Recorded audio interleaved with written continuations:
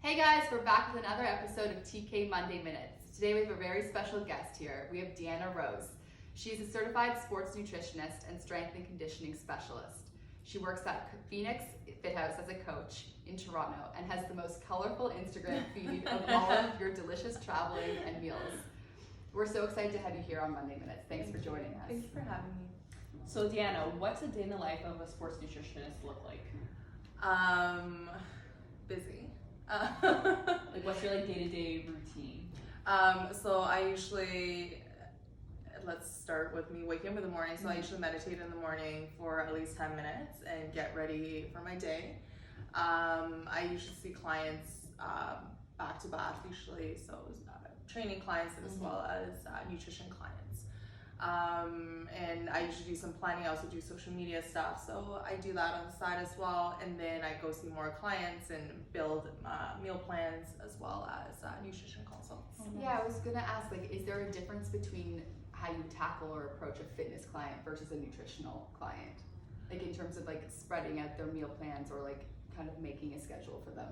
Yeah, definitely. So with my fitness clients, they usually have a goal. So I want to bulk up, I want to lean out. Versus other nutrition clients, they might have digestive issues. So then I accommodate to that. Got it. More like health. Exactly. Right. Rather than performance based. Cool. Yeah. Awesome.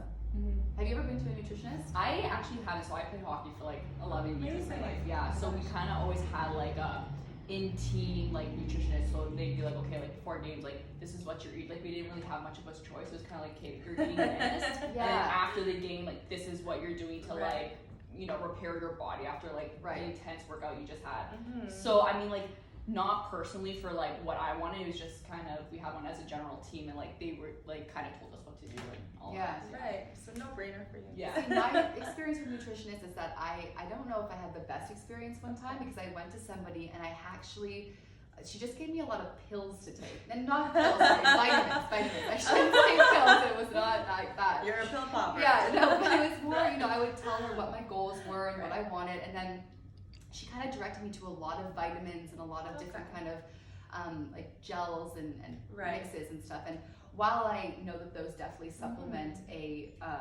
routine, it was more I was kind of looking for that food angle, right? And what can I make for myself? So that was almost the only nutritional experience that I had. So I would love to chat with you more about an actual meal plan going forward. Yeah, definitely. We can definitely chat about that. Yeah. So I guess our next question is, what does a strength and conditioning specialist mean for your clients? How close and relatable do you get to your clients? Do you kind of monitor them on a day-to-day, or is it more okay, here's your plan, let's chat every week kind of thing? Right. So it really depends on the client's needs. So let's say if you're training for a triathlon, for example, or someone who plays hockey, then it'd be a lot more sports specific. Then you would have an end goal, which is I'm training for this game, versus someone who's I just want to be healthy. Yeah, then it would be more spaced out, and I would just throw a plan at them, and then they would just follow that, and I would check in once a week or every 2 weeks. Versus someone who's an athlete, then it would be a lot more closely monitored, just so we know exactly how did you do today, what was your challenges, kind of what did you guys go and there's through? A lot more psychological stuff in there as well. Okay. So why are you not feeling well today? Are you sad? Is there something else going on? That's actually actually an interesting point, because Yeah. I feel there have been some links to food and mental health as well, right? Exactly. So sometimes do you find that clients come in and changing their diet really improves their mental health, and do you see it in them as well? Definitely, because I don't know if you guys have heard of this, but your gut is your second brain. Oh my god, it's all those documentaries on Netflix. Yeah, It's all about the gut. Everything's to do with the gut. So your gut is your second brain. It actually has is actually smarter than we think, and it's related obviously to everything. And if you think about one thing that you consciously choose to do consciously, not involuntarily, to do every day, is the food that you put into your body, right? So that really affects you. So common things everyone knows: gluten, dairy, corn, soy, all those things are common inflammatory foods that we put into our body. So if you take that out, I mean, some people aren't super sensitive to it. They don't respond right away, but there are certain people who go through a lot of inflammatory conditions. You see results right away. Right.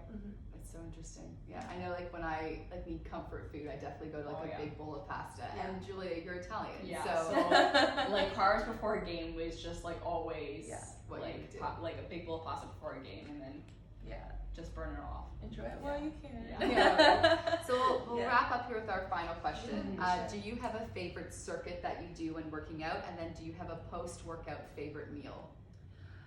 Favorite circuit, I'd say I love to lift heavy. So I usually do a lot of like deadlifts, a lot of compound movements, so like clean and snatches and like squats and things like that below rep. I'm not a runner. I used to be a swimmer, but I don't know how I did it for those years, but I can't run. And I mean, you can box. Deanna was actually at our summer series boxing event. That's where we met her, and you can definitely box. I can box, but that's very short spurts, and I can do those things rather than something that's consistent. So I love to throw, I love to like do, let's say 5 reps